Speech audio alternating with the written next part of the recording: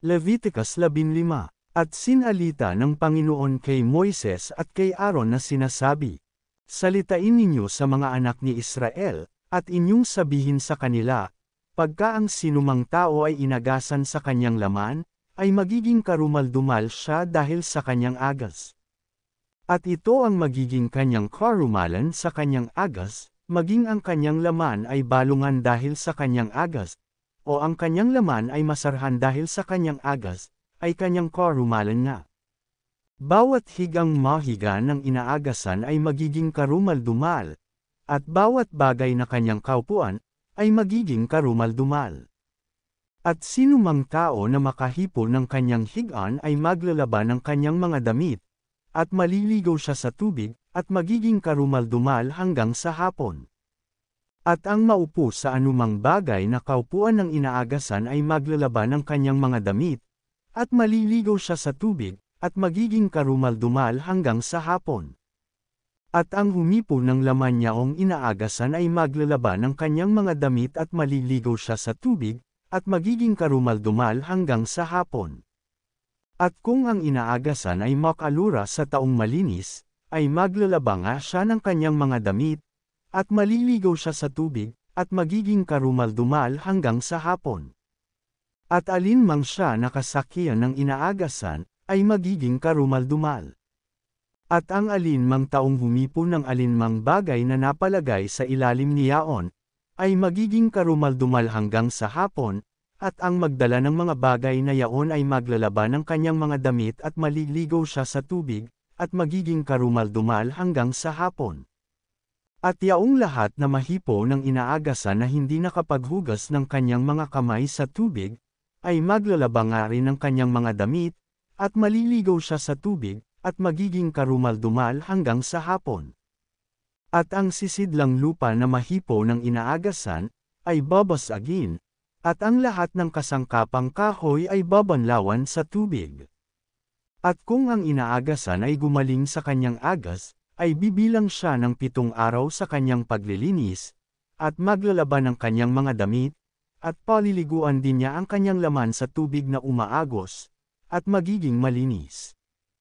At sa 8 araw ay magdadala siya ng 2 bato-bato, o ng 2 inakay ng kalapati, at ihaharap niya sa harap ng Panginoon sa pasukan ng tabernakulo ng kapisanan, at ibibigay niya sa saserdote.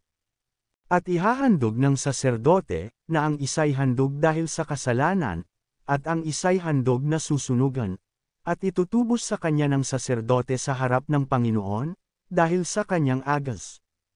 At kung ang sinumang tao ay labasan ng binhi ng pakikiapid, ay paliliguan nga niya ng tubig ang buong kanyang laman, at magiging karumal-dumal hanggang sa hapon. At lahat ng damit at lahat ng balat na kinarunan ng binhi ng pakikiapid, ay lalaban sa tubig, at magiging karumal-dumal hanggang hapon. Ang babae rin namang sinipungan ng lalaking mayroong binhi ng pakikiapid, ay maliligaw sila kapwa sa tubig, at magiging karumal-dumal sila hanggang sa hapon. At kung ang babae ay agasan na ang yumagas sa kanyang laman ay dugo, ay mapapasa kanyang karumihan siyang 7 araw, at lahat ng humipo sa kanya ay magiging karumal-dumal hanggang sa hapon. At bawat kanyang kahigan sa panahon ng kanyang karumihan, ay magiging karumal-dumal, bawat dinamang kaupuan niya ay magiging karumal-dumal. At sinumang humipo ng kanyang higaan ay maglalaba ng kanyang mga damit, at maliligaw sa tubig, at magiging karumal-dumal hanggang sa hapon. At ang sinumang humipo ng alinmang bagay na kanyang kaupuan ay maglalaba ng kanyang mga damit, at maliligaw siya sa tubig, at magiging karumal-dumal hanggang sa hapon. At kung may nasa higaan o nasa anumang bagay na kinaupuan niya, ay magiging karumal-dumal hanggang sa hapon ang humipo niyaon. At kung ang sinumang lalaki ay sumiping sa kanya, at mapasa lalaki ang karumihan niya, ay magiging karumal-dumal ito na 7 araw, at bawat higang kanyang hihigan ay magiging karumal-dumal. At kung ang isang babae ay agasan ng kanyang dugo ng maraming araw sa di kapanahunan ng kanyang karumihan, o kung agasan sa dako paroon ng panahon ng kanyang karumihan, buong panahon ng agas ng kanyang karumalan ay magiging para ng mga araw ng kanyang karumihan, siya'y karumal-dumal nga. Bawat higa na kanyang hinihigan buong panahon ng kanyang agas, ay magiging sa kanya'y gaya ng higa ng kanyang karumihan, at bawat bagay na kanyang kaupuan, ay magiging karumal-dumal, na gaya ng karumalan ng kanyang karumihan. At sinumang humipo ng mga bagay na yaon ay magiging karumal-dumal, at maglalaba ng kanyang mga damit, at maliligaw siya sa tubig, at magiging karumal-dumal hanggang sa hapon. Datapwat kung siya'y gumaling sa kanyang agas, ay bibilang siya ng 7 araw, at pagkatapos niyaon ay magiging malinis siya. At sa 8 araw ay kukuha siya ng 2 bato-bato o ng 2 inakay ng kalapati, at dadalhin niya sa saserdote sa pintuan ng tabernakulo ng kapisanan. At ihahandog ng saserdote ang isa na handog dahil sa kasalanan, at ang isa'y handog na susunugan, at itutubos sa kanya ng saserdote sa harap ng Panginoon, dahil sa agas ng kanyang karumihan.